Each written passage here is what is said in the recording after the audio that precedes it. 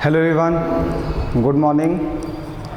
आप सभी का ब्रिलियंट एकेडमी के ऑनलाइन सेशन में स्वागत है।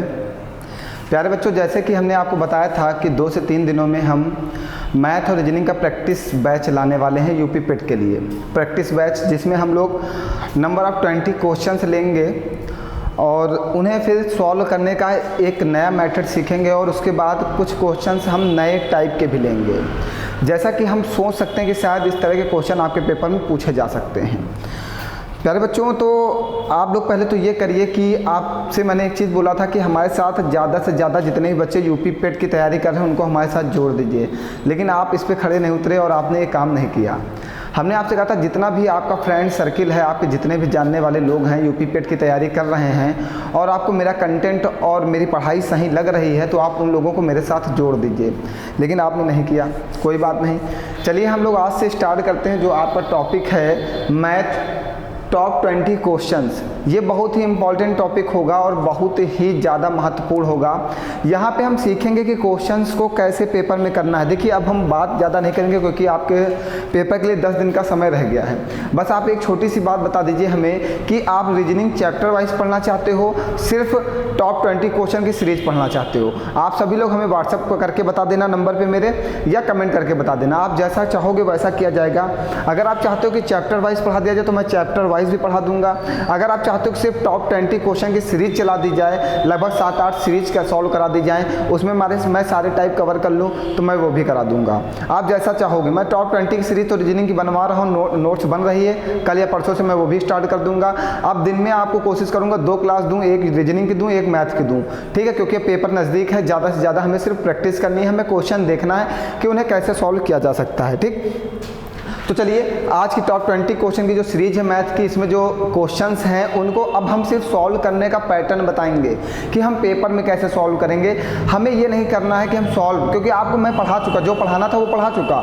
अब मुझे पढ़ाना नहीं, अब आपको सिखाना है कि क्वेश्चंस कैसे, नए क्वेश्चंस कैसे आएंगे, पुराने क्वेश्चंस कैसे पूछे जाएंगे, कैसे लगाएंगे, ये सब सीखना है। चलें फिर स्टार्ट करते हैं। सभी लोग पहले एक बार सभी लोग शेयर कर दो, ज़्यादा से ज़्यादा लोगों को मेरे साथ जोड़ दो, फिर हम स्टार्ट करते हैं अपनी क्लास आज से। देखिए, क्वेश्चंस की जो क्वालिटी होगी, क्वेश्चन का जो लेवल होगा थोड़ा सा अच्छा होगा। हमारी उम्मीद है कि इस बार जो पेपर बन के आएगा थोड़े से अच्छे क्वेश्चंस बन के आएंगे, तो हम भी उसी लेवल की तैयारी बनाएं। हमने पढ़ाई कर ली, हमें उस चैप्टर का नॉलेज है कि हमें उस चैप्टर के बारे में पता है कि परसेंटेज क्या होता है, प्रॉफिट लॉस क्या होता है, एवरेज क्या होता है और बेसिक मैथ क्या होती है। हमने आपको सब कुछ पढ़ा दिया। अब मेरा जो दायित्व है, जो मुझे निभाना है कि हमें ये सिखाना है कि पेपर कैसे सॉल्व करेंगे, क्वेश्चन नए क्वेश्चन आएंगे तो हम उन्हें कैसे हैंडल करेंगे। ये भी तो बड़ी चीज़ है ना आपके लिए कि आपके पेपर में नया क्वेश्चन आ गया, आप देख ही रहे हो, कर ही नहीं पा रहे हो।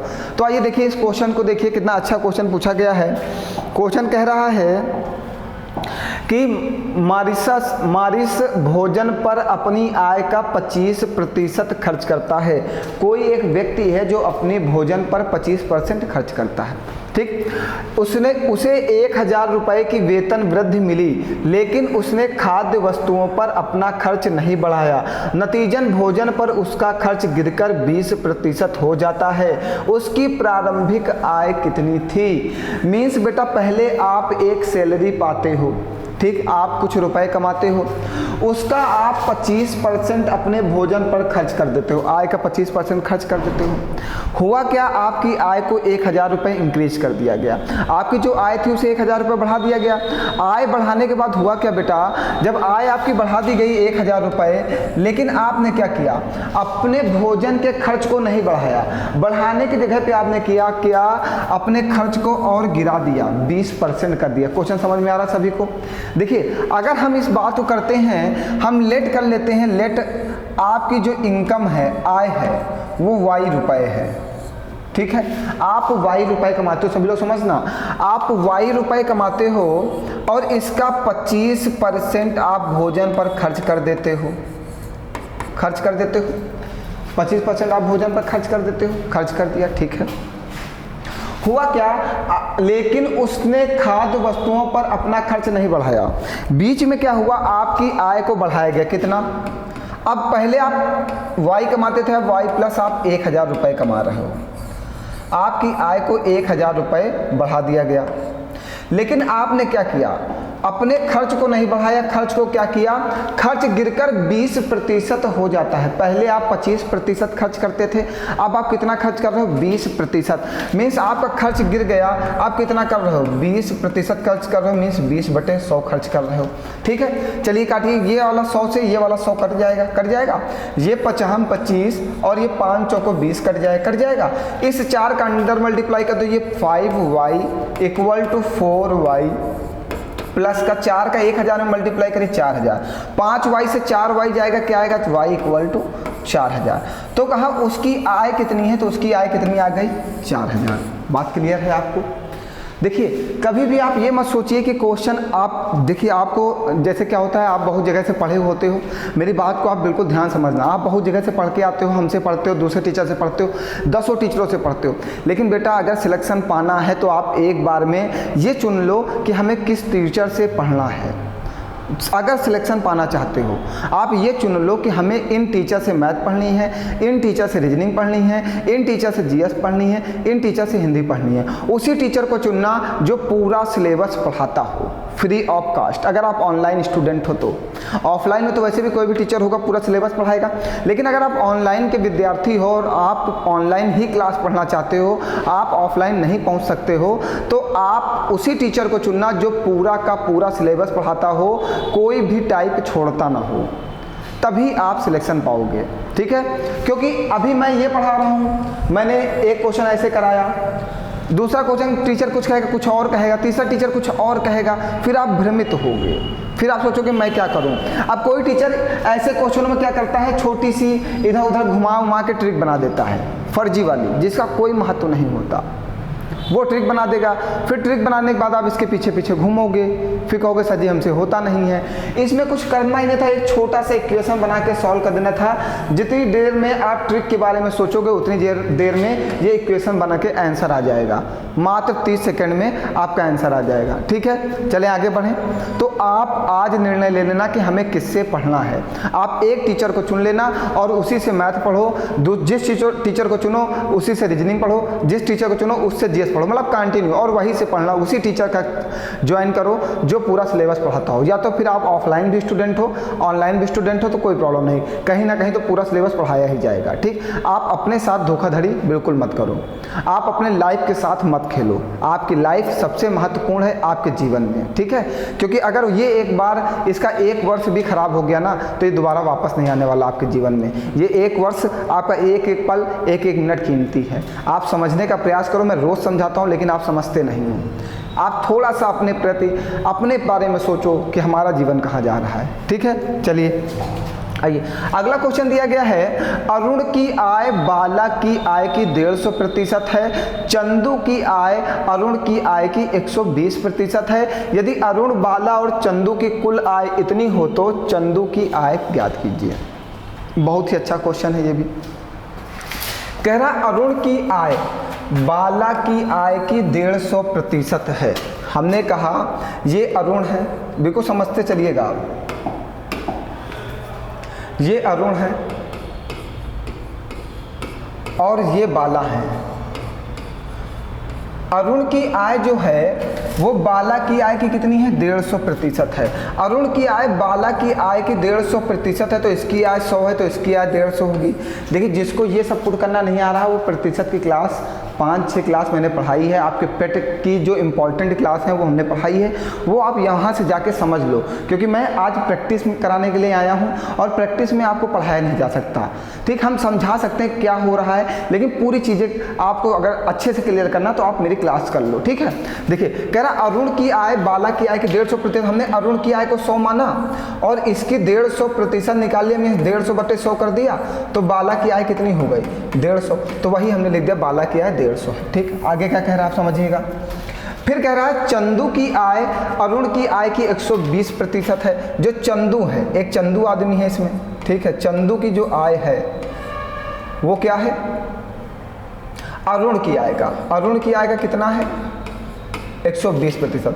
अब आप अरुण की आय को 100 मान लो, अरुण की आय को क्या मान लो, 100 मान लो। इसका 120% ये चंदू की आय हो गई। समझ रहे हैं? अब देखिए दो इक्वेशन बनी, एक इधर बनी एक इधर बनी। उसने कहा अरुण की आय की 120% है, चंदू की आय अरुण की आय की 120% है। अब देखो दोनों में कॉमन कौन है, अरुण और अरुण कॉमन है दोनों में। जो कॉमन होता है उसकी जो वैल्यू होती है वो हमेशा बराबर होनी चाहिए। जब तक वैल्यू बराबर नहीं होगी तब तक आपका आंसर सही नहीं आएगा, क्योंकि ये अरुण और बाला का रेशियो है और ये चंदू और अरुण का रेशियो है। तो जब भी रेशियो मेथड होता है तो दोनों की जो कॉमन हो उसकी वैल्यू बराबर होनी चाहिए। चलो आओ देखो, यहाँ पे 150 है, यहाँ पे 100 है, एक जीरो से तो एक जीरो यहाँ कट जाएगा, एक जीरो से एक जीरो यहाँ कट जाएगा। ठीक है, अब समझिएगा, ये 5 3 15 कट जाएगा, ये 5 दूनी 10 कट जाएगा, और ये कितना कट जाएगा, 2 छंग 12 कट जाएगा, ये 2 पंची 10 कट जाएगा। ठीक है, यहाँ पे 3 है और वहाँ पे 5 है, तो हम इधर 5 से गुणा कर दें तो 5 3 15 काटने की जरूरत ही नहीं थी यार, 5 दूनी 10, और इधर 5 से इधर 3 से गुणा कर दें, तीनों 25 15 और 3 छंग 18। देखिएगा अब अरुण की भी आय 15 हो गई, दोनों जगह कॉमन था, अरुण की आय बराबर हो गई। ठीक, अब आप रेशियो बना सकते हो, अरुण समझते चलिएगा, रेशियो बाला, रेशियो चंदू। अरुण का कितना है 15, बाला का कितना है 10, चंदू का कितना है 18। टोटल की बात करें, ये तीनों लोगों का टोटल की बात करें तो इन तीनों को जोड़ दो, इन तीनों को जोड़ दो, इन तीनों की आय को जोड़ो, 15 10 25, 15 15 30 3 33 और 10 43, 43 यूनिट का मान आपको दिया गया है। देखो इन तीनों की टोटल कुल आय दी गई 8600, तो 43 दूना 86, एक यूनिट का मान कितना आ जाएगा 2000। आपको बताना किसका है, चंदू की आय क्या है, चंदू कहाँ गए, चंदू ये है, चंदू है 18 यूनिट, एक यूनिट का मान 2000, तो 18 यूनिट का मान कितना हो जाएगा 36000। आपको सारे क्वेश्चन का सॉल्यूशन देना पड़ता है प्रैक्टिस में भी। प्रैक्टिस का मतलब होता है थोड़ा फास्ट पढ़ाया जाए। आज आप लोग कमेंट करके मुझे ज़रूर बता देना कि सबको समझ में आ रहा है। अगर सबको समझ में आ रहा है तो थोड़ी मैं स्पीड से पढ़ाऊँ। प्रैक्टिस में ज़्यादा से ज़्यादा क्वेश्चन सॉल्व कराने होते हैं और समय बचाना होता है। ठीक है, चलिए दिया गया है सीमा। मैंने कुछ नए क्वेश्चन उठाए हैं, अच्छे क्वेश्चन उठाए हैं, तो आप समझने का प्रयास करिएगा, इसलिए मैंने नए क्वेश्चन लिए हैं कि उम्मीद करता हूं कि शायद पेपर नए ही क्वेश्चन पूछ ले, इसलिए आप सब कुछ पढ़ के जाइए, वहां पे ऐसा ना हो कि क्वेश्चन छूट जाए। कह रहा सीमा की वार्षिक आय 1,50,000 रुपये, इकाई दहाई सैकड़ा हजार 10,000 लाख 10 लाख। ठीक है, सीमा जो है एक वर्ष में वार्षिक आय एक वर्ष में 15 लाख रुपए कमाती है। ठीक, 15 लाख रुपए कमाती है। आप एक वर्ष में कितनी सैलरी कमाते हो, 15 लाख रुपए कमाते हो। ठीक है, महीने में वह 30,000 रुपए की ईएमआई देती है। आप महीने में क्या करते हो, हर महीने 30,000 रुपए एक लोन लिए हो उसको चुकता करते हो, ईएमआई देते हो, होते EMI होता है ना, EMI देते हो। ठीक, उसके मासिक वेतन का कितना प्रतिशत EMI में जाता है, मासिक वेतन का कितना प्रतिशत जाता है ब्याज में, ये पूछा है। ठीक है, आप कितने रुपए महीना EMI देते हो, 30,000 रुपए महीना देते हो। प्रतिशत में बदलने के लिए क्या करोगे, 100 से गुणा, प्रतिशत EMI बताना है हमें मासिक में, मासिक वेतन का कितना प्रतिशत। आप एक साल में कितने रुपए कमाते हो, 15 लाख रुपए कमाते हो, तो एक महीने में कितना कमाते हो पहले ये बताओ हमें। एक साल में कितने महीने होते हैं, 12 महीने होते हैं ना, 12 महीने होते हैं। तो 12 महीने में आप 1,50,000 रुपये 15 लाख रुपए कमाते हो, तो एक महीने में कितना कमाओगे, 12 से काटो, 12 एक नम 12, कितना बचेगा 3 बचेगा, 30 होगा, 12 दूना 24, 6 बचेगा, 60 होगा, 12 पंचे 60। ठीक, कितना कमाते हो, इकाई दहाई सैकड़ा हजार 10,000 लाख, 1,25,000 रुपये आप किस में कमाते हो, हर महीने कमाते हो, 1,25,000 रुपये। तो उसने कहा मासिक वेतन का कितना प्रतिशत, तो मासिक वेतन क्या है, 1,25,000 रुपये। मासिक वेतन का कितना प्रतिशत, तो मासिक वेतन नीचे आएगा 1,25,000 रुपये। 1 2 3 1 2 3 3 एक नम 3 सॉरी यहाँ पे 30 बचा, उसको लिखा रहे दो, ये 3 जीरो कटे हैं, ये 30 बचा हुआ, ठीक है मेरा, ठीक। 25 चौको 100, 25 पंचे 125 और 5 छक्का 30 और 6 चौको 24। तो मासिक वेतन का कितना प्रतिशत आप EMI देते हो? 24%।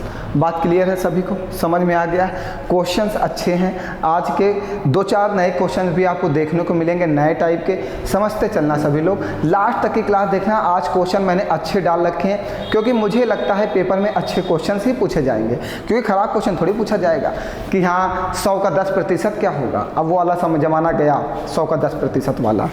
चलिए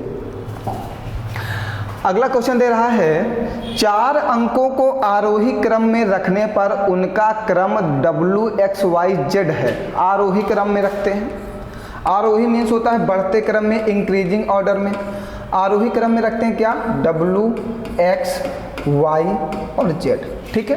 WXYZ 4 अंक हैं WXYZ जिन्हें हम इंक्रीजिंग ऑर्डर में रखते हैं। आगे क्या कह रहा है? सबसे छोटे 3 अंकों का औसत इतना है जबकि सबसे बड़े 3 अंकों का औसत इतना है। आंकड़ों का परास ज्ञात कीजिए। सबसे बड़ी बात तो परास क्या होता है, सबसे बड़ी बात तो यही होता है, परास क्या होता है। चलो कोई बात नहीं, परास तुमको नहीं पता है तो आज पता ही हो जाएगा क्या होता है, ठीक है। 1 मिनट, परास तुमको नहीं पता है तो आज पता हो जाएगा। सबसे पहले जो वो कह रहा है हम उस पर बात करें। कह रहा है कि 4 अंकों को आरोही क्रम में रखने पर उनका क्रम WXYZ है। सबसे छोटे 3 अंकों का औसत, सबसे छोटे 3 अंक ये हैं। अगर हम इनको जोड़ दें, सभी संख्याओं का योग बटे सभी संख्या इक्वल टू क्या होता है? औसत होता है 25.5, ठीक। दूसरी लाइन क्या कह रहा है? हमने इसको कहा ये इक्वेशन 1 है। दूसरी लाइन क्या कह रहा है? सबसे छोटे 3 अंक फिर सबसे बड़े 3 अंक। सबसे बड़े 3 अंक कौन से होंगे? ये XYZ, X plus Y plus Z। Average equal to होता है सभी संख्याओं का योग बटे सभी संख्या 29.5। बात क्लियर है सभी को? इतनी बात बताइए, क्लियर? 3 का गुणा इसमें करिए तो W plus X plus Y equal to हो जाएगा 3 × 25 15 का 5 हासिल लगा 1, 3 × 25 15 16 का 6 हासिल लगा 1, 3 दूनी 6 1 7 76.5। इक्वेशन, ये वाली इक्वेशन को 1 मत मानिएगा तो इसको 1 मान लेते हैं, वो सही रहेगा, ठीक है।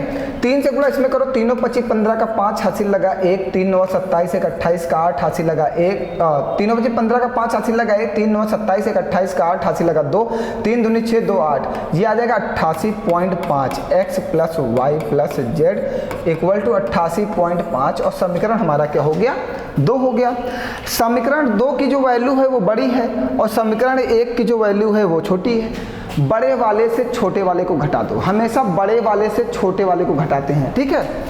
X plus Y plus Z equal to 88.5, ठीक। W plus X plus Y equal to 76.5, घटा दो, माइनस माइनस माइनस माइनस, ठीक है। तो ये x कट जाएगा प्लस माइनस, ये y कट जाएगा प्लस माइनस, ये माइनस का w और माइनस का z, और सॉरी प्लस का z तो यहाँ पे प्लस का है ना, प्लस का z इक्वल टू क्या हो जाएगा? इसको घटा दो, 5 से 5 चला जाएगा 0, 8 से 6 जाएगा 2 और 8 से 7 जाएगा 1, ठीक है। अब क्या करते हैं? करते क्या हैं? हमसे कहा क्या क्वेश्चन, आंकड़ों का परास ज्ञात कीजिए। आंकड़ों का परास। अब सबसे पहले आपको परास बराबर पता होना चाहिए क्या होता है। परास बराबर क्या होता है मैं लिखे देता हूं। अब परास बराबर होता है बड़ा अंक और माइनस छोटा अंक। सॉरी यहाँ पे जगह नहीं मिल रही है।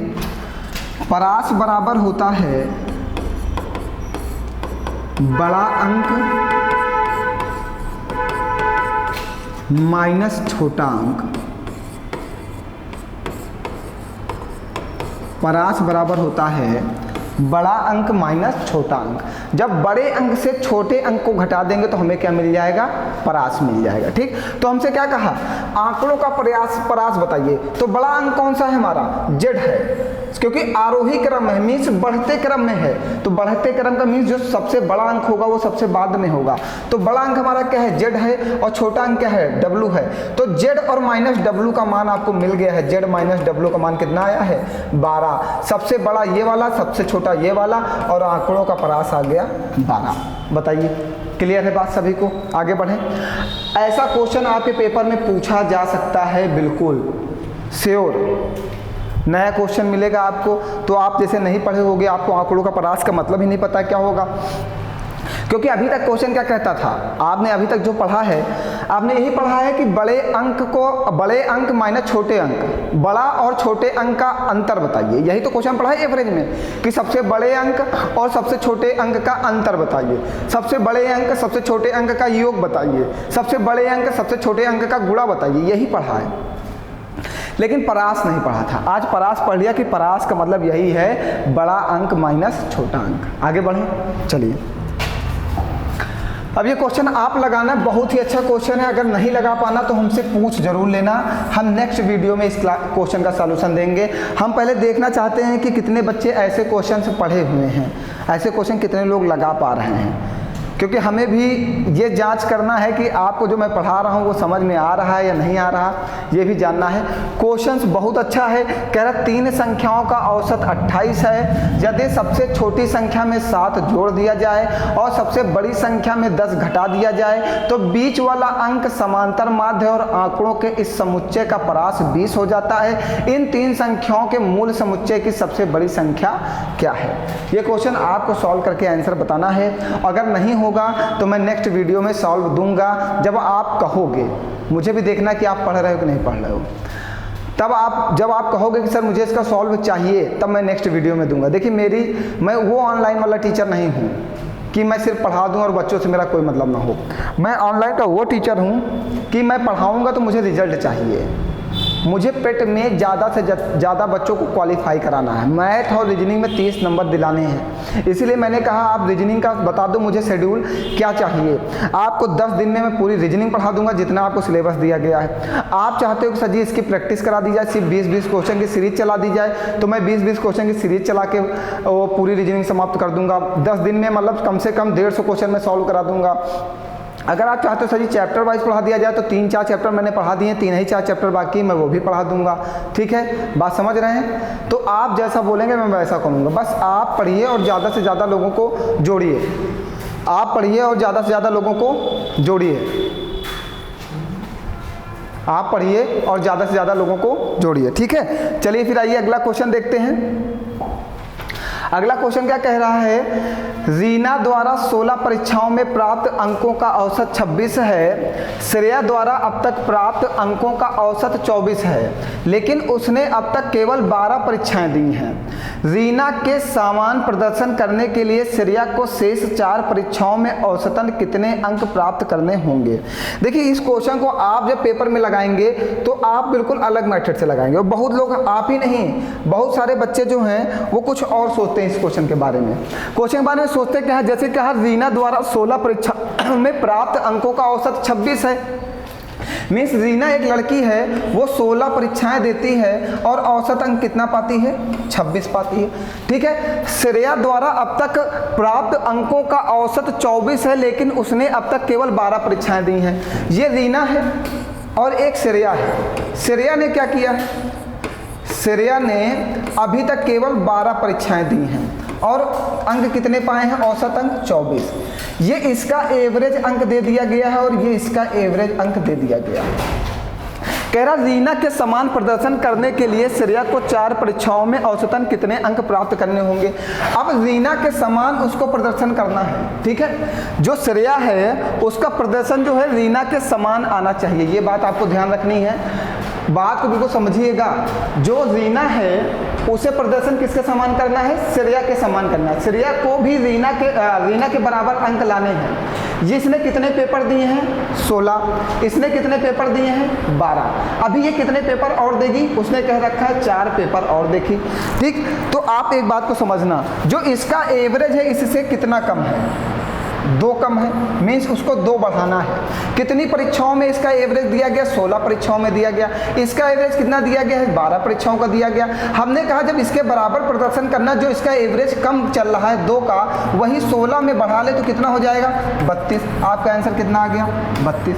समझ गए बात को? बताइए, कोई परेशानी है किसी को? आप बताते चलिएगा अगर कहीं पर कोई परेशानी हो रही। मेरी बात क्लियर है आपको?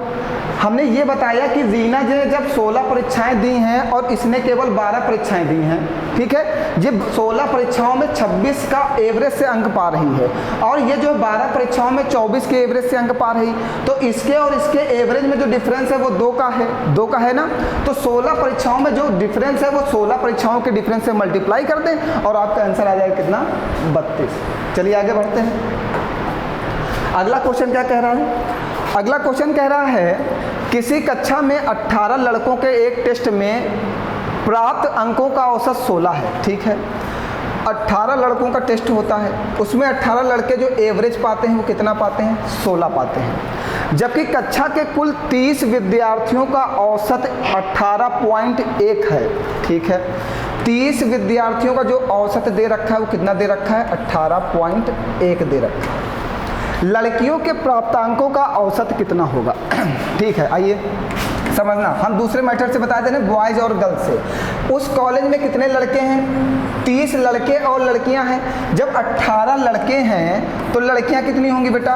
12 होंगी, 12 लड़कियां होंगी। लड़के एवरेज में कितने अंक पाते हैं? 16 पाते हैं। लड़कियों का पूछा हमने कहा लड़कियां X पाती हैं। टोटल विद्यार्थी एवरेज में कितना पाते हैं? 18.1 पाते हैं। इसको काट देना 6 त्रिक 18, इसको काट देना 6 दूनी 12, इसका इसमें गुणा कर देना 16 तिया 48, इसका इसमें गुणा कर देना क्या आ जाएगा? 2x।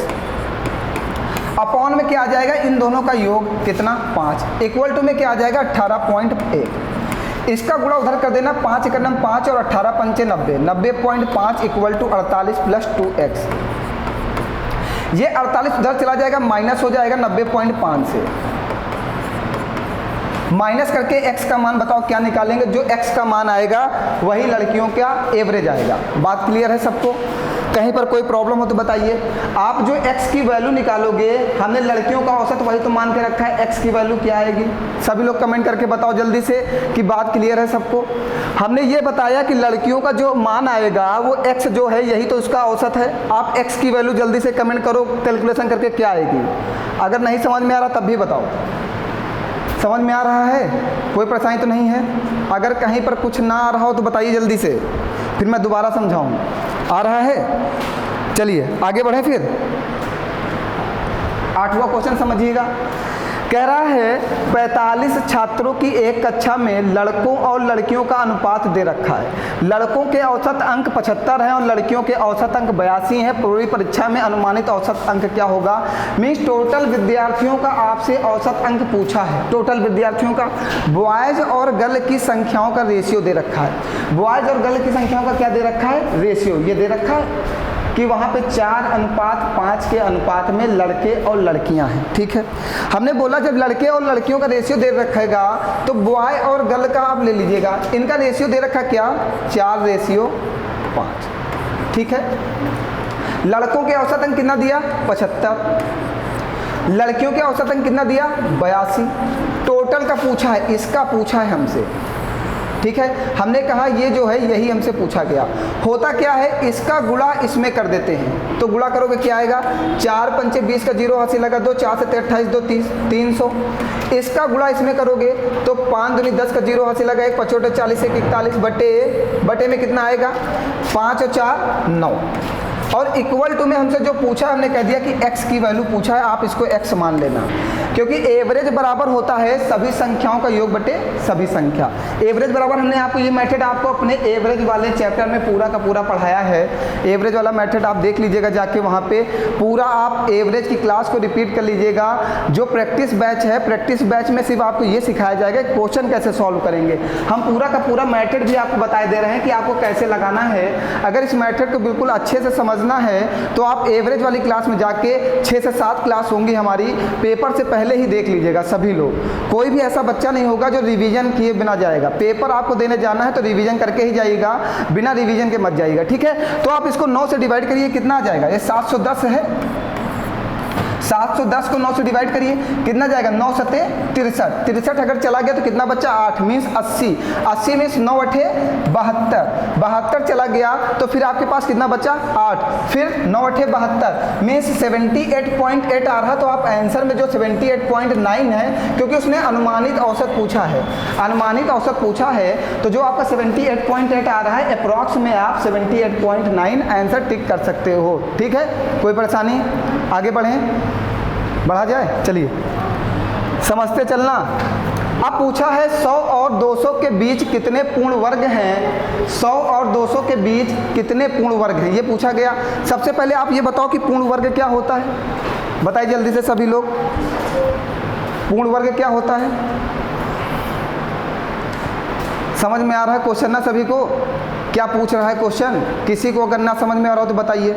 क्वेश्चन समझ में आ रहा है ना कि क्या कह रहा है? ठीक है, कह रहा है कि कितने पूर्ण वर्ग है ना, तो पूर्ण वर्ग 100 और 200 के बीच में पूछा तो आप सोचिए 11 का स्क्वायर कितना होता है 121, 12 का स्क्वायर कितना होता है 144, 13 का स्क्वायर कितना होता है 169, 14 का स्क्वायर कितना होता है 196 और 15 का स्क्वायर कितना होता है 225। अगर हम 10 के स्क्वायर की बात करते हैं तो 10 का स्क्वायर कितना होता है 100। उसने कहा है 100 और 200 के बीच में कितने पूर्ण वर्ग हैं, 100 और 200 के बीच में कितने पूर्ण वर्ग हैं। ठीक है, तो 100 और 200 के बीच में कितने पूर्ण वर्ग हैं? 1 2 3 4, 4 है। फैन बंद कर देना, ठीक है। 100 और 200 के बीच में कितने पूर्ण वर्ग हैं? 4। आगे बढ़ा जाए, कोई परेशानी किसी को? समझ में आ रहा है? ठीक है, चलिए आगे बढ़ते हैं। अब क्वेश्चन समझिएगा, हमने आज वाले टॉपिक में अच्छे से अच्छे क्वेश्चन लिए हैं, जितने भी अच्छे क्वेश्चन थे वो हमने ले लिया है आपको समझाने के लिए, क्योंकि ऐसे क्वेश्चन पूछे जाने की पूरी संभावनाएं हैं आपके पेपर में। सभी को समझ में आ रहा है? बेटा एक बात हमेशा ध्यान रखना, जितने भी बच्चे नए जुड़ेंगे वो बच्चे पहले परसेंटेज, प्रॉफिट लॉस, बेसिक की पूरी क्लास पढ़ लेंगे, जिससे उनको मेरी प्रैक्टिस की क्लास समझ में आए। बेटा अगर नहीं समझ में आता तो आप मेरी गलती मत देना, ठीक है, ये आपकी गलती होगी। चलिए, 2 अंकों वाली संख्या के अंकों का योग कितना है? 9। समझिएगा, 2 अंकों वाली संख्या के अंकों का योग दे रखा है 9। जब संख्या में 27 जोड़ा जाता है तो अंकों के स्थान आपस में बदल जाते हैं। मीन्स बेटा हमने कहा 2 अंकों वाली संख्या हमारी XY है, तो उसने क्या दे रखा है? X + Y का मान दे रखा है 9। बात को समझना बिल्कुल। और कह रहा जब इस संख्या में 27 जोड़ोगे तो संख्या के अंकों का मान पलट जाएगा, मीन्स YX हो जाएगा। समझ पा रहे हो? कह रहा है 2 अंकों वाली संख्या के अंकों का योग कितना है? 9 है। जब आप इस संख्या में 27 जोड़ोगे संख्या के अंकों का मान पलट जाएगा, मीन्स XY क्या बन जाएगा? YX बन जाएगा। देखिए इसको लगाने के तरीके बहुत सारे हैं, लेकिन आपको समझना होगा कि हम कैसे लगाते हैं ना। बहुत सारे बच्चे इसको बहुत अच्छे मेथड से लगा सकते हैं, बहुत लोग बहुत लॉन्ग मेथड से लगाते हैं, बहुत लोग इसको 100x मान लेते हैं, 100x + y मान लेते हैं। 100x + y मान के बेटा कहाँ लगा सकते हैं पेपर में हम लोग, इतनी जल्दी कहाँ लगा पाएंगे? समझिएगा, सबसे पहले उसने कहा अंकों का योग क्या है? 9 है। देखिए अंकों का योग 9 यहाँ पे भी है, 5 4 9, 8 1 9, 6 3 9, 7 2 9। अंकों का योग तो सभी जगह 9 ही है, तो पहला वाला रूल तो नहीं लगा। दूसरा रूल कह रहा है जब संख्या में 27 जोड़ दिया जाए। हमने कहा ठीक, लो संख्या में 27 जोड़ो, 7 6 13 का 3 हासिल लगा, 1 3 2 5 1 6, तो अंकों के स्थान पलट जाते हैं। 36 क्या हो जाना चाहिए? 63, तो अंकों के स्थान पलट गए ना, आंसर आपका आ गया 36। बताइए कोई परेशानी, कहीं पर कोई समस्या? देखिए क्वेश्चन को करना आपको है सेकंडों में, ठीक। उसने कहा 2 अंकों वाली संख्या के अंकों का योग कितना है? 9। हमने सभी संख्याओं को चेक किया, सभी जगह 9 बन रहा था, ठीक है। यही तो कहा, बात को समझना फिर से एक बार मैं समझा देता हूँ आपको। उसने कहा 2 अंकों वाली संख्या के अंकों का योग क्या है 9। हमने कहा 2 अंकों वाली संख्या क्या है xy, इसके अंकों का योग मीन्स x प्लस वाई का मान कितना है 9। उसने कहा जब संख्या में 27 जोड़ दिया जाए तो स्थान पलट जाने चाहिए, मीन्स संख्या yx हो जाना चाहिए।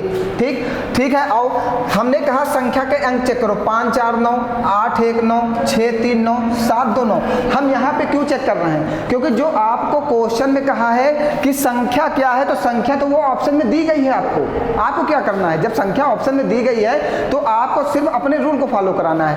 उसने कहा 2 अंकों वाली संख्या के अंकों का योग 9 है, तो हमने सभी संख्याओं को जोड़ दिया और अंकों का योग 9 बना दिया। ठीक, संख्या में 27 जोड़ते हैं। देखो इसमें 27 जोड़ो, 7 6 13 का 3 हासिल लगाए, 3 2 5 1 6। उसने कहा जब संख्या में 27 जोड़ दिया जाए तो अंकों के स्थान क्या होने चाहिए, पलट जाने चाहिए। तो देखिए 36 क्या हो जाना चाहिए, 63 हो जाना चाहिए। तो 36 63 हो गया, तो आपका आंसर आ गया 36। बात क्लियर है सभी को, आगे बढ़ा जाए। चलिए समझते चलना।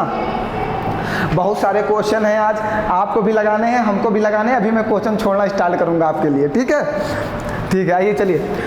देखिए प्रैक्टिस बैच इसलिए ज़रूरी था क्योंकि आप बहुत सारे टॉपिक भूल गए होंगे, इसलिए सभी टॉपिक को मिक्स करके प्रैक्टिस अगर मैंने 10 दिन करा दी तो आपका पूरा सिलेबस फिर से रिपीट हो जाएगा और पेपर में आप टॉप कर जाओगे। ठीक है, पेपर में आप बिल्कुल टॉप कर जाओगे। हम इसीलिए रिवीजन करा रहे हैं। हम चाहते तो हमने एक बैच बच्चों की डिमांड पे स्टार्ट किया था एसएससी जीडी वाला, और लगभग 3 से 4 क्लासेस मैंने दी हैं SSC GD plus UP TET की। तो सबसे पहले आप लोगों से निवेदन है कि आप जितने भी फ्रेंड्स सर्किल में जितने भी लोग हैं वो एसएससी जीडी और यूपी टेट की अगर तैयारी फ्री ऑफ कास्ट करना चाहते हैं, बिना किसी चार्जेस के करना चाहते हैं, तो उनको मेरे चैनल से जोड़ दो। पूरा का पूरा syllabus with previous year paper, with notes, with PDF सब कुछ कराऊंगा। ठीक है, तो आप इस बात को ध्यान रखिए, हम पूरा का पूरा सिलेबस पढ़ाएंगे। ठीक है, तो आप जितने भी लोग हैं उनको जोड़ दीजिए, जिससे हमारी एसएससी जीडी की क्लास और यूपी की टेट की क्लास उनको भी फ्री मिल सके और वो भी मैथ सीख सकें। ठीक है, तो जितने भी आपको जानने वाले हैं सबको जोड़ दीजिए। अगर आपको मेरी क्लासेस समझ में आती हैं तो आपके जितने भी लोग जानने वाले हैं, जितने भी लोग पढ़ना चाहते हैं, उन सब लोगों को मेरे साथ जोड़ दीजिए ना। कोई परेशानी, आगे बढ़ा जाए। कभी कभी बैटरी चेक करनी पड़ती ना कि बैटरी चल रही, ख़त्म हो गई। हमारी तो चार्ज ही अपनी चार्ज किया रहना, तुम्हारी ना ख़त्म हो जाए। निम्नलिखित में से कौन सा सबसे बड़ा है, निम्नलिखित में से कौन सा सबसे बड़ा है? क्या दिया गया, 15/16, 34/35, 24/25, 19/20।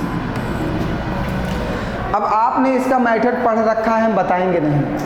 आपको मैंने फ्रैक्शन वाली क्लास में पढ़ाया है, आप वहाँ से मुझे इस क्वेश्चन का सॉल्व करके बताना। सेकंड में आंसर अब तक तो दे देना चाहिए था, कुछ बच्चे दे दिए होंगे, कुछ बच्चे तो दे ही दिए होंगे, कुछ बच्चे सिर्फ बैठे होंगे। ठीक, तो जितने लोग इसको नहीं पढ़े हुए हैं वो फ्रैक्शन वाली क्लास में जाके पढ़ेंगे। मात्र आप 10 सेकंड में इसका आंसर दे सकते हो। जितनी देर मैंने बात की है ना, इतनी देर में आपका आंसर आ जाना चाहिए था। ठीक, तो इस क्वेश्चन को आप लगा लेना वहाँ से। चलिए, आंसर आ गया होगा कुछ बच्चों का ना, सभी लोग कमेंट करो जल्दी से क्या आंसर आ रहा है। क्वेश्चन नंबर डाल के कमेंट करना, मैं समझ नहीं पाता हूँ आपका आंसर कि आप क्या कमेंट करते हो। ये बहुत गंदी आदत है आपकी।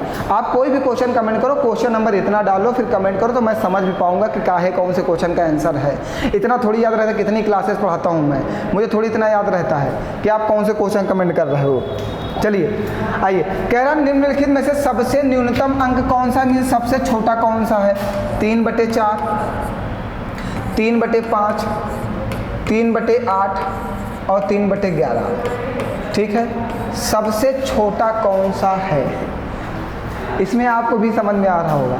सबके अंश जो क्या हैं वो क्या हैं, समान है, समान है, सबके अंश समान है। कोई परेशानी है? तो जब सभी संख्याओं के अंश समान है तो जिसका अंश हर सबसे छोटा होगा वो सबसे छोटी संख्या होगी, जिसका हर सबसे बड़ा होगा वो सबसे बड़ी संख्या होगी। बताइए कोई परेशानी है? देखिए बताया जाए कैसे। अगर आप चेक करना चाहते हो तो 5 3 15 और 4 3 12, कौन सी बड़ी है? ये वाली। 5 3 15, फिर 8 3 24, कौन सी बड़ी है? ये वाली। अच्छा, आप बहुत सारे बच्चे नए होंगे, मैं फिर से एक बार पूरी बात क्लियर कर लूँ, बहुत अच्छे से समझा दूँ। 3/4 है, 3/5 है, 3/8 है और 3/11 है। चेक करो, देखो इसका गुणा इसमें करते हैं तो 5 3 15, इसका गुणा इसमें करते हैं 4 3 12। कौन सी संख्या बड़ी आई? ये 15 वाली, इसमें ऐसे चिन्ह लगाओ। फिर इसका गुणा इसमें करते हैं 8 3 24 और 5 3 15। कौन सी बड़ी आई? 24, तो इसमें चिन्ह लगा दो ऐसे वाला कि ये बड़ा है, ठीक है, ये बड़ी चल रही। फिर आओ 11 3 33, 8 3 24, कौन सी बड़ी आई? 33, तो ये ऐसे चिन्ह लगाओ। अब समझ पाए? तो जब कौन सी सबसे छोटी संख्या आई? 3/11। सबसे बड़ी संख्या कौन सी आई? 3/4। जब संख्याओं में अंश समान हो, जब संख्याओं में अंश समान हो तो जिस संख्या का हर सबसे बड़ा होगा वो सबसे छोटी संख्या होगी, जिस संख्या का हर सबसे बड़ा होगा वो सबसे छोटी संख्या होगी, और जिस संख्या का अंश सबसे छोटा होगा वो सबसे बड़ी संख्या होगी। तो आंसर कितना आएगा? 3/11। ये मेथड मैंने फ्रैक्शन में बहुत पढ़ाया है प्यारे बच्चों, वहाँ पे एक बार जाके मेरी रिक्वेस्ट है आप लोगों से, आप दोबारा रिवीजन कर लो, पेपर के टाइम रिवीजन बहुत ज़रूरी है। चलें, आइए, निम्न में से कौन एक शांत दशमलव प्रसार है? हम ये समझाए दे रहे हैं कि शांत दशमलव होता क्या है, आंसर आप दोगे। शांत दशमलव का मीन्स जैसे कि बेटा अगर हमें इस 4 को डिवाइड करना है 5 से और 6 को डिवाइड करना है, नहीं 20 को डिवाइड करना है 3 से, तो 4 को जैसे हमें 5 से डिवाइड करना है तो क्या पॉइंट लगाओगे, 0 बढ़ाओगे, 5 8 40, पूरा का पूरा डिवाइड हो गया। क्या आया इसका आंसर? 0.8। ठीक, अगर 20 को 3 से डिवाइड करते हो तो 3 छंग 18, 2 बचेगा, पॉइंट लगाओगे, 0 बढ़ाओगे, 3 छंग 18, 2 बचेगा, 0 आएगा, 3 छंग 18, फिर 2 बचेगा। मीन्स ये प्रोसेस आपका चलता जाएगा। मीन्स इसका आएगा 6.66666 डैश डैश डैश। मीन्स ये कभी समाप्त नहीं होगा। ये हमारा शांत दशमलव है और ये मेरा अशांत दशमलव है। समझ गए? शांत दशमलव मीन्स होता है कोई ऐसी वैल्यू दी जाए जो पूरी की पूरी डिवाइड हो जाए, उसकी कोई भी प्रोसेस लगातार ना चलता हो। मीन्स वो किसी समय समाप्त हो जाए, इनफाइनाइट उसका डिवीजन नहीं जाना चाहिए। और इसका डिवीजन देखिए डैश डैश डैश जा रहा है, ये अशांत है। मीन्स इसका डिवीजन कभी भी समाप्त नहीं होने वाला ना, ये तो डायरेक्ट चलता ही चला जाएगा, शेष सब जगह बढ़ता जाएगा। मीन्स कहने का मतलब ऐसी वैल्यू जो पूरी की पूरी डिवाइड हो जाए, उसमें कुछ भी शेष ना बचे तो वो शांत दशमलव प्रसार है, और जिसमें शेष बचता चला जाए वो अशांत दशमलव प्रसार है। जैसे कि इसी चीज़ को एक और शांत का एग्जांपल ले लें। बहुत सारे बच्चे साथ कंफ्यूज हों कि सर जी क्या बताया, जैसे 30 है, 30/4, 4 सटे 28, 2 आएगा, दशमलव लगाओगे, 0 बढ़ाओगे, 4 पंचे 20, तो जैसे दे देता 30/4, तो ये शांत है या अशांत? 7.5 आया, यहाँ पे शेष कुछ नहीं बच रहा, मीन्स ये भी शांत दशमलव प्रसार है। क्या है? शांत दशमलव प्रसार है। ऐसा प्रोसेस जिसमें वैल्यू पूरी की पूरी कट जाए वो हमारा शांत दशमलव प्रसार होता है। तो आपको इसमें आंसर बताना है कौन सा हमारा शांत दशमलव प्रसार है। कितने लोग बता सकते हैं? बताइए, कितने लोग बता सकते हैं? जल्दी से बचाओ, कितने लोग बता सकते हो? जल्दी से बताओ, क्या है शांत दशमलव प्रसार? आ गया आंसर? चलें आगे बढ़ें, चलो। अच्छा, इसको रफ काहे करना है यार, आदत भी कभी कभी गंदी हो जाती है अपनी भी ना, आदत है ना वो रफ करने वाली, तो वो आदत हमारी समाप्त नहीं हो रही है, आदत हमेशा बनी रहती है। चलें आगे बढ़ें, चलो समझो क्या इस क्वेश्चन को। भैया किसी को ये तो नहीं लग रहा बहुत जल्दी पढ़ा रहे हैं? बेटा देखो प्रैक्टिस बैच है, थोड़ा तो स्पीड बनानी पड़ेगी। हम आप लोगों के लिए बहुत रिलैक्स से पढ़ाते हैं, मजबूरी है, क्या करें। हम सोचते हैं कि आपको किसी भी तरीके से समझ में आ जाए, लेकिन बेटा कुछ बच्चे चाह रहे हैं कि थोड़ा सा तेज़ पढ़ा के ज़्यादा से ज़्यादा क्वेश्चन सॉल्व कराया जाए, क्योंकि वो कह रहे हैं कि सर ऐसे अगर करेंगे तो यूपी पेट हम कैसे निकालेंगे। हम समझ रहे हैं, सबकी प्रॉब्लम समझ रहे हैं, लेकिन आप भी मेरी प्रॉब्लम समझो, हमें सबको साथ लेके चलना है। सभी लोग साथ दो, हम भी आगे बढ़ें, आप भी आगे बढ़ो, आप नौकरी पाओ, मेरा चैनल ग्रोथ करे, आप ऐसा कुछ करो, ठीक है। हाँ, सभी लोगों का साथ चाहिए हमें, आप सभी लोग साथ दोगे तो मैं भी आगे निकल पाऊंगा। और हम चाहते हैं जितने भी मेरे प्रिय विद्यार्थी हैं, जितने भी हमारे चैनल से जुड़े हुए हैं, जितने लोग भी हमको पढ़ रहे हैं, वो सभी लोग इस साल नौकरी पा जाएं। चलें समझिएगा इस क्वेश्चन को। कह रहा है यदि किसी भिन्न संख्या के अंश और हर दोनों में 3 जोड़ दिया जाता है, कोई एक भिन्न है x/y, ठीक है, उसमें कह रहा है जब 3 जोड़ दिया जाता है, अंश और हर में 3 जोड़ा जाता है तो भिन्न कितनी हो जाती है? 10/11। यदि किसी संख्या के भिन्न के अंश और हर दोनों में 3 जोड़ा जाता है तो उसका मान प्राप्त होता है 10/11। क्वेश्चन थोड़ा सा उल्टा लिखा है, मेरी बात को समझना। यदि किसी भिन्न संख्या के अंश और हर में 3 जोड़ दिया जाए तो उसका मान कितना प्राप्त होता है? 10/11। फिर आगे कह रहा और हर अंश और हर दोनों में 4 घटा दिया जाता है तो उसका मान प्राप्त होता है क्या? 3/4। जब अंश और हर में कितना घटा दिया जाए? 4, तो मान कितना प्राप्त होता है? 3/4। जब अंश और हर में 4 घटा दिया जाए तो मान कितना प्राप्त होता है? 3/4। तो ठीक है, हमने ऑप्शन ए उठाया 7/8। ठीक है, क्या कहा? इसके अंश में 3 जोड़ो, इसके हर में 3 जोड़ो, तो इसका मान कितना आ रहा है? 10/11। 7 3 10, 8 3 11। तो उसने कहा जब अंश में 3 जोड़ा जाए, हर में 3 जोड़ा जाए तो उसका मान कितना प्राप्त होना चाहिए? 10/11। तो 10/11 यही प्राप्त हो गया, मेरा पहला ही आंसर आ गया। हमें समय नहीं वेस्ट करना है, हमें ऐसे क्वेश्चन ऑप्शन से ही डील करने हैं। हमने बहुत सारे क्वेश्चन आपको समझाए हैं, ठीक है। ऐसे क्वेश्चन आपको ऑप्शन से डील करना है, तुरंत का तुरंत आंसर लगाना है। उसने जैसे ही कहा था अगर हम चाहते तो हम पूरा क्वेश्चन ये आपको समझाते भी नहीं, इधर वाला हमें करने का प्रोसेस की कोई ज़रूरत नहीं थी। ये करने की क्या ज़रूरत है पेपर में? हमें पेपर जो कह रहा है क्वेश्चन जितना कह रहा है उतना करो। उसने कहा यदि किसी भिन्न के अंश और हर दोनों में 3 जोड़ा जाता है, हमने पहला ही है ऑप्शन उठाया, इसमें 3 जोड़ दो। सभी ऑप्शन चेक कर लेते तुरंत तो 7 3 10, 10/11। तो उसका मान कितना प्राप्त होता है? 10/11। 10/11 प्राप्त हो जाता है, हम आंसर पे टिक लगा देते कि मेरा आंसर सही है, कुछ भी नहीं करना है, ठीक है। चलें आगे बढ़ें, चलो अगला क्वेश्चन समझो। 519,841 का वर्गमूल क्या है? जितने भी बच्चे हमारी डिजिटल सम की क्लास नहीं पढ़े हैं और वर्गमूल की क्लास नहीं पढ़े हैं वो सभी लोग जाके आज ही पढ़ लेंगे, जिससे कि ये क्वेश्चन आप सेकंडों में लगा लो। हमने बहुत सारे लोगों को देखा है वो पता नहीं इसको कौन से मेथड से सॉल्व करते हैं। यार पेपर देना है हमें, पेपर बीट करना है हमें, पेपर बीट करने के तरीके आने चाहिए, पैटर्न आने चाहिए, ठीक है। उसने कहा 519,841 का वर्गमूल क्या है? मीन्स इसका अंडर रूट क्या है? मीन्स ये किसी संख्या का स्क्वायर होगा, क्योंकि स्क्वायर होगा तभी तो अंडर रूट के बाहर निकलेगी। तो ऑप्शन में जो दे रखा है वो इन्हीं संख्याओं का तो स्क्वायर ही है। ये जो ऑप्शन में दे रखा है वो किसी ना किसी संख्या का स्क्वायर दे रखा है ना, तभी तो एक संख्या बाहर निकलेगी। ये जो संख्या दे रखी है ये इन्हीं में से किन्हीं संख्याओं का स्क्वायर दे रखा है, ठीक है। बात को समझते चलना, हम आपको एक एक पॉइंट समझाने का प्रयास कर रहे हैं। ऑप्शन ए 721 का स्क्वायर, ऑप्शन बी 629 का स्क्वायर, ऑप्शन डी 631 का स्क्वायर, ऑप्शन डी 731 का स्क्वायर, ठीक है। और जो ये संख्या दे रखी है जो अंडर रूट से बाहर निकालनी है वो इन्हीं में से किन्हीं एक संख्या का स्क्वायर होगी, तभी ये अंडर रूट के बाहर निकल सकती है। यहाँ पे हम डिजिटल सम रूल लगाएंगे क्योंकि हमारे पास इतना समय नहीं है कि हम इसको निकाल के देखें। डिजिटल सम कैसे लगाते हैं समझो, जहाँ पे 9 हो उसको काट दो। देखो 8 1 9 9 5 4 9, पहले 9 काटा, फिर 8 1 9 काट दिया, फिर 5 4 9 काट दिया, क्या बचा? 1। तो क्वेश्चन का डिजिटल सम क्या आ रहा है? 1। तो आंसर का भी डिजिटल सम क्या आना चाहिए? 1। 7 2 9, 1 का स्क्वायर क्या होगा? 1। आपका आंसर आ गया 721। मीन्स ये संख्या जो है 721 का स्क्वायर है। बताइए कुछ करना है, इसे जल्दी कर सकते हो।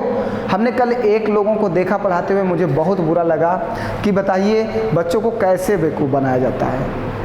यार जो क्वेश्चन हम 30 सेकंड में कर सकते हैं उस क्वेश्चन को हम क्यों 1 मिनट के लिए उन्हें कराने का तरीका बताएं। तो आपको ये चीज़ें सीखनी होंगी, आप लोग ध्यान नहीं देते हो, ठीक है। हमने बोला कि आप सबसे पहले मेरी डिजिटल सम की क्लास पढ़ लो। लाइफ में अंडर रूट, प्रमेय, वर्गमूल या वर्गमूल वाला क्वेश्चन नहीं गलत होगा। हमने इतना सॉलिड 3 मेथड बताए हैं, किसी ना किसी मेथड को फॉलो करके ये आंसर जरूर सही हो जाएगा। तो सभी लोग उसको पढ़ लें। डिजिटल सम और वर्गमूल वाली क्लास को हमने इसलिए पढ़ाया क्योंकि आपका कैलकुलेशन वीक है, कैलकुलेशन कठिन आपको अच्छा हो जाए जिससे आप कैलकुलेशन अच्छा कर सको। जितने बच्चों का कैलकुलेशन वीक है वो ज़रूर पढ़ लें, और जितने बच्चे कभी भी डिजिटल सम नहीं पढ़े हैं वो ज़रूर पढ़ लें, क्योंकि हमने वहाँ पे नए नए तरीके से क्वेश्चन को सॉल्व करने का तरीका बताया। मेरी रिस्पॉन्सिबिलिटी थी आपको समझाना, आपकी रिस्पॉन्सिबिलिटी पढ़ना या ना पढ़ना, ये आपके ऊपर डिपेंड करता है। दिया गया है अंडर रूट 327 249। तो तो ये जो दिया गया है ये किसी ना किसी संख्या का वर्ग ही दिया गया है। जब तक वर्ग नहीं होगा आप अंडर रूट के बाहर संख्या को नहीं निकाल सकते। ठीक है,